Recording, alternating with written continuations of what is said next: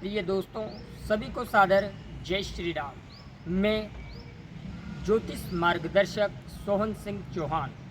आज हम बात करेंगे एक ऐसे संत के जिनकी कुंडली में ऐसी कौन सी स्थिति का निर्माण हुआ जिस कारण उन्हें जेल यात्रा करनी पड़ी और बुरी तरीके से दुनिया में बदनाम होना पड़ा। प्रिय साथियों, ग्रह अपने आप में बहुत बड़ी क्वालिटीज़ लेकर के चलते हैं, इसलिए ग्रहों को कभी भी नज़रअंदाज नहीं करना चाहिए। इसी के साथ साथ आपको बताने का प्रयास करूंगा। यह कुंडली आशाराम बापू की है, जिन्होंने अध्यात्म के क्षेत्र में पूरे भारत में नहीं अपितु पूरे विश्व में अपना नाम किया। क्या स्थितियाँ थी, किन कारण उन्होंने प्रवचन दिए और लोगों के दिलों को जीता, किंतु अंत में उन्हें जेल यात्रा करनी पड़ी और किस दशा ने उनको जेल यात्रा करवाई। प्रिय साथियों, जैसा कि आप सभी को विदित है, यह कुंडली आशाराम बापू की है, जिन्हें पूरे भारत में ही नहीं अपितु पूरे विश्व में बच्चों से लेकर बुजुर्गों तक सब जानते हैं कि आशाराम कौन है। प्रिय साथियों, यह कुंडली मिथुन लगन से विलोम करती है। हालांकि उनकी कुंडली मेरे को पहले भी याद थी, किंतु कुछ ग्रह स्थितियाँ मुझे थोड़ी सी कंफ्यूज था, डाउट था। आज वो डाउट आपको पूरा कर देते हैं। इनका जन्म 17 अप्रैल 1941 को हुआ था। प्रिय साथियों, यह कुंडली मिथुन लगन की है और लग्नेश यहाँ पर बुध बनते हैं, जो कि 10वें घर में जाकर नीच के हो गए और केतु के साथ बैठने से पीड़ित भी हो गए।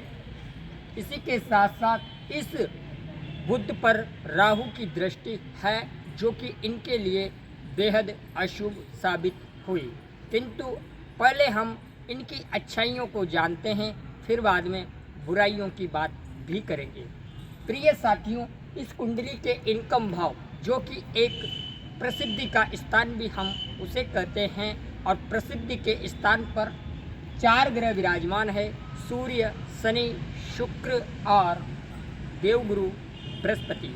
यानी गुरु शुक्र दोनों तो गुरु हुए और राजा भी हुए। राजा यहाँ सूर्य उच्च के हैं, किंतु शनिदेव यहाँ नीच के हैं। शनि का नीच भंग हो गया, किंतु यहाँ पर याद रखना, गुरु और सूर्य का जो गुरु आदित्य योग बना, ऐसे लोग अध्यात्म के क्षेत्र में बहुत अच्छी तरक्की करते हैं और प्रवचन, मीडिया के क्षेत्र में प्रवचन, कथा और भी बहुत कुछ आध्यात्मिक बातें ये लोग कर लेते हैं।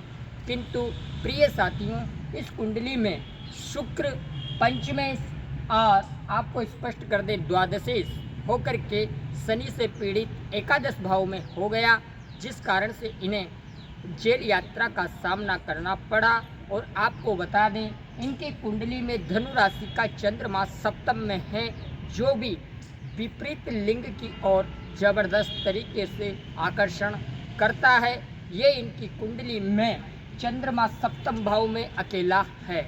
और सबसे बड़ी बात, विवादों में ये जब आए तो उसका कारण बनता है राहु की 5वीं दृष्टि।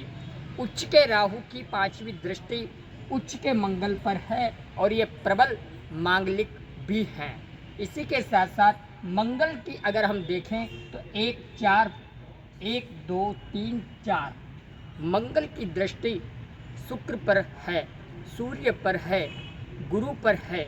इस कारण इनको जेल यात्राओं का सामना करना पड़ा।